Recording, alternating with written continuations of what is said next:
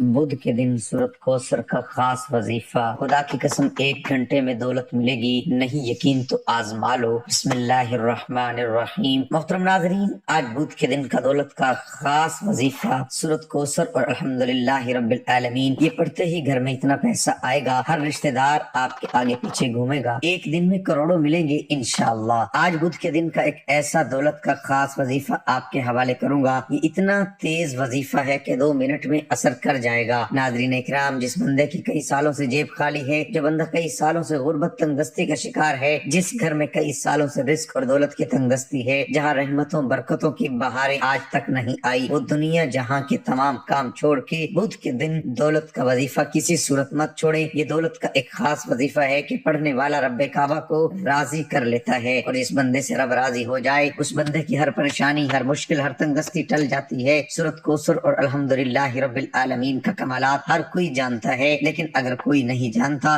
تو آج یہ وظیفہ بتائے گئے طریقے سے ایک بار میرے کہنے پر کر کے دیکھیں، آپ تمام وظیفوں کو بھول جاؤ گے۔ صرف بدھ کے دن پڑھنے کی دیر ہے۔ یہ وظیفہ آج تک جس کسی کو بتایا، جس نے پڑھا، رب نے بے شمار رحمتوں برکتوں سے نوازا۔ یہ وہ سورت اور آیت ہے جس سے آپ کی تمام پریشانیاں ختم ہو جاتی ہیں۔ ایک صاحب حضرت علی مولا علی شیر خدا مشکل کشا کی بارگاہ میں حاضر ہوئے اور فرمایا کہ میں تنگ دست ہوں، گھر کے حالات خراب ہیں۔ مولا علی نے فرمایا جاؤ استغفار کرو۔ ایک دوسرا شخص آیا، کہا میں بے اولاد ہوں، پریشان ہوں، نرینہ اولاد دے دیجئے۔ مولا علی نے فرمایا جاؤ استغفار کرو۔ ایک تیسرا شخص آیا، اس نے کہا مولا علی میرے گھر میں پریشانیاں ہیں، اپنا مسئلہ بیان کیا۔ مولا علی نے فرمایا جاؤ استغفار کرو۔ وہ تینوں شخص چلے گئے۔ پاس بیٹھے ایک بندے نے مولا علی شیر خدا، جس کو لقب ملا ہے مشکل کشا، سے پوچھا کہ مولا علی آپ کے پاس 3 بندے آئے، تینوں نے اپنے مختلف مسائل پیش کیے اور آپ نے تینوں کو استغفار کا ہی ذکر کیوں کہا؟ تو مولا علی نے فرمایا کہ آج ہماری تباہی اور بربادی کی سب سے بڑی وجہ ہماری گناہ ہے۔ اگر کسی کا رزق تنگ ہوتا ہے تو وہ توبہ کرے، اگر پریشانیاں کسی کی جان نہیں چھوڑ رہی تو وہ توبہ کرے، اگر کسی پر آزمائش آتی ہے تو وہ توبہ کرے، اگر کسی کے گھر فاقے ہیں، غربت ہے، اور وہ توبہ کرے۔ توبہ کا ذکر، استغفار رب کو راضی کر لیتا ہے، رب کو منا لیتا ہے، اور جس بندے سے رب راضی ہو جاتا ہے پھر اسے مانگنا نہیں پڑتا، اسے غیبی خزانوں سے دے دیا جاتا ہے۔ مولا علی نے فرمایا کہ جب کبھی آپ پر مشکل وقت آ جائے استغفار کرو، اور بعض اوقات واقعی انسان جانے انجانے میں کوئی ایسا گناہ، کوئی ایسی بات، کوئی ایسا عمل ہو جاتا ہے کہ وہ بندہ رب کی پکڑ میں آ جاتا ہے، اور جب بندہ رب کی پکڑ میں آ جائے تو پھر دنیا کی کوئی جادو جنات، کوئی بھی وظیفے، کوئی اعمال، کوئی بھی عمل آپ کا فائدہ مند نہیں رہتا۔ جب تک آپ اپنے گناہوں کی سچی توبہ نہیں کر لیتے آپ کامیاب ہو ہی نہیں سکتے۔ اس لیے خدارا آپ نے سب سے پہلے اپنے گناہوں کی سچی توبہ کرنی ہے۔ یہ کامیابی کا راز آپ کو بتا رہا ہوں۔ میں لوگوں کے وظائف سنتا ہوں، لوگ بڑے بڑے وظائف بتاتے ہیں، بڑے بڑے درس دیتے ہیں، لیکن خدارا ہم میں سے، آپ میں سے بہت سے لوگ ان باتوں کو پہلے جانتے ہیں۔ مقصد کیا ہے کہ کوئی ایسا عمل بتا دیا جائے جو ہمیں واقعی کامیاب کر دے، تو استغفار ایک ایسا عمل ہے جو ہمیں گناہوں سے چھٹکارا دلا سکتا ہے۔ ناظرین اکرام، ہمارے گناہ ہی ہیں جس کی وجہ سے ہماری تباہی اور بربادی بڑھتی جا رہی ہے اور ختم ہونے کا نام ہی نہیں لے رہی۔ آپ اس تباہی اور بربادی سے بچنا چاہتے ہیں تو استغفار کی کثرت کریں۔ استغفار کے لغوی معنی مغفرت طلب کرنا ہے، اور مغفرت گناہ کے شر سے بچنے کو کہتے ہیں۔ دین اسلام میں استغفار کی بڑی اہمیت ہے، اور قرآن کریم میں بہت ساری آیات موجود ہیں جو مغفرت و استغفار کے بارے میں بتاتی ہیں۔ کچھ آیات اس بارے میں حکم دیتی ہیں، کچھ اس کی طلب کے بارے میں ہیں، اور کچھ اس کی تعریف بیان کرتی ہیں۔ سورۃ النساء میں اللہ رب العزت نے نبی محترم محمد کو حکم دیا اور فرمایا، اور اللہ تعالیٰ سے بخشش مانگو، بے شک وہ بخشش کرنے اور مہربانی کرنے والا ہے۔ سورۃ مزمل میں رب کریم نے مومنوں کو اس بارے میں حکم دیا، اور اللہ تعالیٰ سے بخشش طلب کرتے رہو، یقیناً وہ بخشنے والا مہربان ہے۔ ختم المرسلین کا فرمان ہے، اور میں اللہ سے دن میں 100 بار بخشش مانگتا ہوں، جس سے استغفار کی اہمیت و افضیت واضح ہوتی ہے۔ استغفار کے ثمرات میں گناہوں کی بخشش، اللہ کی رضا اور اس کی محبت و رحمت اور عذاب کا ٹل جانا، کثرت سے خیر و برکت اور دلوں کا روشن اور درجات کا بلند ہونا، زہد و تقوی پیدا ہونا، وقار اور بردباری میں اضافہ، روزی میں کشادگی، مال و اولاد میں اضافہ، بلاؤں اور مصیبتوں سے دوری، جسمانی اور روحانی قوت میں اضافہ، اور بندے کا اپنے خالق کی محبت کی طرف رجحان، اور اللہ تعالیٰ کی محبت کے آگے دوسری دنیاوی نعمتوں سے بے نیاز ہونا، اور بندے میں دیگر صفات کا پیدا ہونا شامل ہے۔ جہاں استغفار کے بے شمار فائدے ہیں وہاں کچھ شرائط بھی ہیں۔ ان میں اولین یہ ہے کہ اللہ تعالیٰ کو حاضر و ناظر ماننا، اور اس کے لیے دل میں جذبہ اخلاص کا موجزن ہونا، اور عاجزی انکساری کے ساتھ اللہ تعالیٰ کی طرف متوجہ ہونا، اور خشوع و خضوع کے ساتھ اس کے احکامات کو سمجھنا اور ان پر عمل کرنا۔ جبکہ استغفار کے آداب میں طہارت جسمانی اور روحانی کا ہونا بھی ضروری ہے۔ استغفار کے اوقات وقت سحر کے علاوہ پچھلی رات کو اللہ سے بخشش مانگنا رسول اکرم کا فرمان ہے کہ رب کائنات رات کے آخری تہائی حصے میں ہر رات دنیا سے قریب والے آسمان پر نازل ہوتا ہے اور کہتا ہے کہ کون ہے جو مجھے پکارے اور دعا و استغفار کرے، میں اس کی دعا قبول کروں، اور کون ہے جو مجھ سے سوال کرے اور میں اسے عطا کروں، کون ہے جو مجھ سے مغفرت طلب کرے اور میں اسے بخش دوں۔ محترم ناظرین، آج کا خاص وظیفہ لازمی کیجیے گا۔ آپ بے روزگار ہیں، آپ بے اولاد ہیں، آپ قرض دار ہیں، آپ کا کاروبار نہیں چل رہا، آپ کے گھر میں مسائل ہیں، آپ کی جتنی بھی پریشانیاں، جتنے بھی مسائل، جتنی بھی رکاوٹیں، جتنی بندشیں ہیں، یہ سب ختم ہو جائیں گے اگر آپ سورۃ کوثر اور الحمدللہ رب العالمین کا وظیفہ کریں گے، کیونکہ یہ ایک ایسی آیت ہے جو اللہ تعالیٰ کی پاکی کو بیان کرتی ہے اور اللہ تعالیٰ کا شکر ادا کرنے کی ہمیں توفیق عطا کرتی ہے۔ جب ہم اللہ تعالیٰ کا شکر ادا کریں گے تو وہ ہمیں غیب سے اتنا خزانہ عطا کرے گا کہ آپ خود حیران رہ جائیں گے، آپ کو سمجھ بھی نہیں آئے گی یہ دولت اور رزق کہاں کہاں سے آ رہا ہے۔ محترم ناظرین، حضرت عائشہ صدیقہ رضی اللہ تعالی عنہ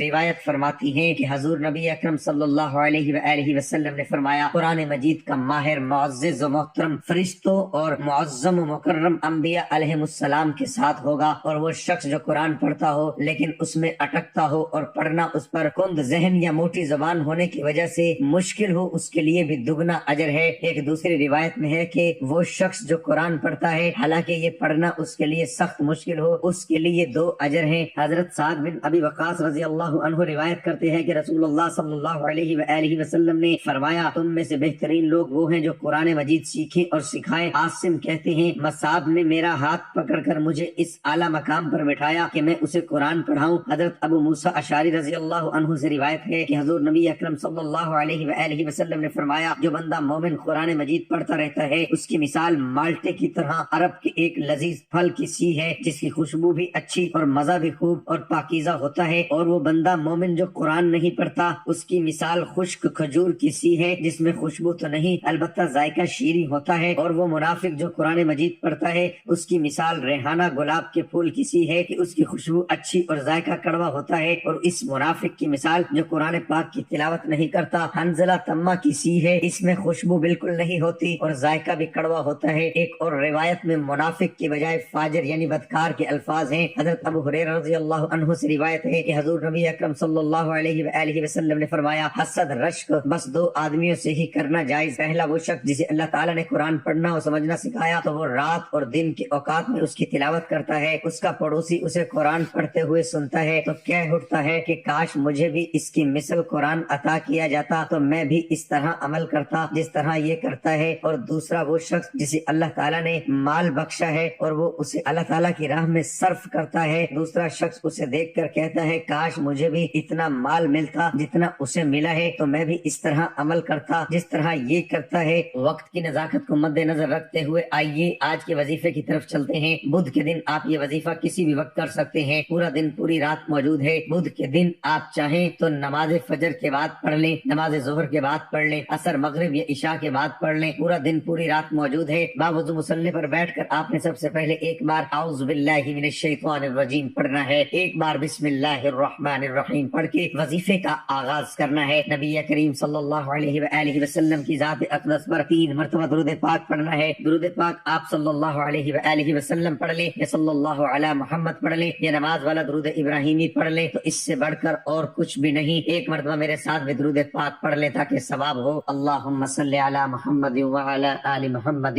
کما صلیت علی ابراہیم وعلی آل ابراہیم انک حمید مجید۔ اللہم بارک علی محمد وعلی آل محمد کما بارکت علی ابراہیم وعلی آل ابراہیم انک حمید مجید۔ آپ نے درود پاک پڑھتے ہی سب سے پہلے عاجزی کے ساتھ اپنے مقصد کی نیت کرنی ہے۔ مقصد جتنا بڑا ہو یہ نہ دیکھنا کہ یہ ناممکن ہے، دیکھو کہ مانگ کس ذات سے رہے ہو جو عرش الہی کا رب ہے، خزانوں کا مالک ہے۔ آپ اس رب سے مانگ رہے ہو جس کی قبضہ قدرت میں دونوں جہان کی بادشاہت ہے، اور وہی آپ کو عطا کرے گا۔ بے شک وہ ہر چیز پر قادر ہے اور وہ بہت غفور الرحیم اور بے نیاز ہے۔ آپ انشاءاللہ جو مانگیں گے آپ کو مل جائے گا۔ اپنے مقصد کی نیت کیجئے، اگر گاڑی دولت شہرت جو بھی چاہیں وہ مانگ لیں۔ آپ کو اپنے مقصد کی نیت کرنے کے بعد وہیں بیٹھے آنکھوں کو بند کرنا ہے، پوری توجہ اور دھیان سے وظیفہ پڑھنا شروع کیجئے۔ یہی کامیابی کا راز ہے۔ یہی جس طرح ایک مکان ایک بلڈنگ بنائی جاتی ہے تو اس کی بنیاد رکھی جاتی ہے، دیواریں مضبوط کی جاتی ہیں، اسی طرح کسی بھی کامیابی کا راز شروع ہوتا ہے درود پاک پڑھ کر، جو بھی دعا اور جو بھی وظیفہ کیا جاتا ہے وہ ضرور قبول ہوتا ہے۔ جو بندہ درود پاک پڑھتا ہے تو اللہ تعالیٰ کو راضی کرتا ہے، کیونکہ اللہ تعالیٰ اس عبادت سے بہت زیادہ خوش ہوتا ہے۔ اس لیے کہا جاتا ہے کہ تمام عبادات میں سے سب سے زیادہ افضل درود پاک پڑھنا ہے، جس کی قبولیت کا کوئی شک نہیں، کیونکہ رب کی رضا اس میں ہے کہ جب بندہ اپنے کبیرہ صغیرہ گناہوں کو بخشوا لیتا ہے تو رب راضی ہو جاتا ہے۔ اسی طرح سے آپ نے درود پاک پڑھ کر یہ وظیفہ شروع کرنا ہے۔ یہ وظیفہ آپ اپنے ہاتھ کی انگلیوں پر گن کے پڑھ سکتے ہیں۔ اگر ہاتھ کی انگلیوں پر گن کر نہیں پڑھ سکتے تو تسبیح کا استعمال کر لیں، لیکن تعداد میں کمی پیشی نہیں ہونی چاہیے۔ اگر کمی پیشی ہوگی تو اس کے ذمہ دار آپ ہوں گے۔ آپ نے ہاتھ کی انگلیوں پر 100 بار الحمدللہ رب العالمین پڑھنا ہے، کمی پیشی نہیں کرنی۔ بعض اوقات بندہ ایک دانہ کم یا زیادہ پڑ جاتا ہے، لیکن آپ نے 100 دانوں کی تسبیح کرنی ہے، 100 بار پڑھنا ہے۔ اور جب آپ کی زبان سے نکل رہا ہو الحمدللہ رب العالمین، آپ روتے ہوئے، تڑپتے ہوئے، سسکتے ہوئے رب کعبہ سے مانگتے جائیں۔ یقین کیجئے اللہ تعالیٰ آپ کی نسلوں کو آباد کر دے گا۔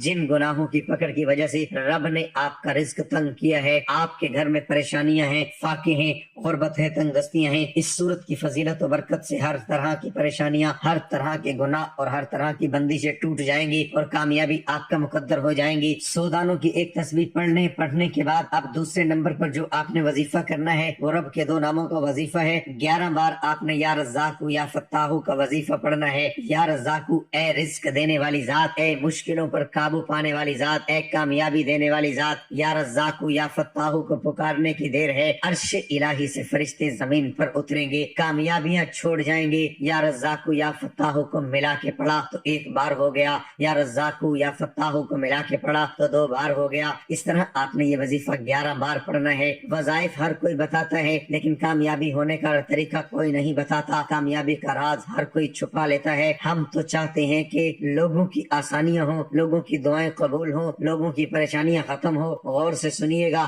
نبی کریم صلی اللہ علیہ وآلہ وسلم پر درود پاک پڑھنے کے بعد پہلے نمبر پر وظیفہ آپ کی سکرین پر نظر آ رہا ہے۔ الحمدللہ رب العالمین کو 100 بار پڑھنا ہے۔ دوسرے نمبر پر جو وظیفہ ہے وہ رب کے 2 نام یا رزاق یا فتاح ہیں۔ آپ نے صرف 11 بار یا رزاق یا فتاح کو بتائے گئے طریقے سے پڑھنا ہے۔ اب تیسرے نمبر پر آخری جو وظیفہ ہے، آپ نے صرف اور صرف 11 بار سورہ کوثر پڑھنی ہے۔ انا اعطیناک الکوثر فصلی لربک وانحر ان شانئک هو الابتر۔ 1 بار سورہ کوثر پڑھ کر وظیفہ مکمل کر دینا ہے۔ اب کامیابی کا کیا راز ہے؟ اس کو پڑھ کے اپنے رب کا شکر ادا کیا اور اس کی پاکی بیان کر کے اپنے گناہوں کو بخشوا لیا۔ اب رب راضی ہے، اب انعام لینے کا وقت ہے۔ یا رزاق سے رزق مل جائے گا، رزق کے 300 دروازے کھل جائیں گے۔ یا فتاح سے کامیابی آپ کا مقدر ہو جائے گی، رکاوٹیں بندشیں ہٹ جائیں گی اور آپ پر رحمت و برکتوں کی برسات ہوگی۔ سورۃ کوثر سے آپ کے گھر میں حالات بدل جائیں گے، بے سکونی بے برکتی ہمیشہ کے لیے ختم ہو جائے گی۔ یہ وظیفہ کوئی نہیں بتائے گا، خدا را یہ وظیفہ بتائے گئے طریقے سے کیجیے۔ دوستو، آج کا وظیفہ نہایت ہی آسان اور مختصر ہے۔ آپ نے دیکھا ہوگا کہ آپ کو پڑھنے کے لیے صرف 1 آدھ منٹ ہی لگے گا، اس سے زیادہ کا وقت آپ کا نہیں لگے گا۔ آپ نے بدھ کے دن یا کسی بھی نماز کے بعد کر لینا ہے اور انشاءاللہ آپ کے رزق کی جو بھی پریشانی ہے وہ ختم ہو جائے گی۔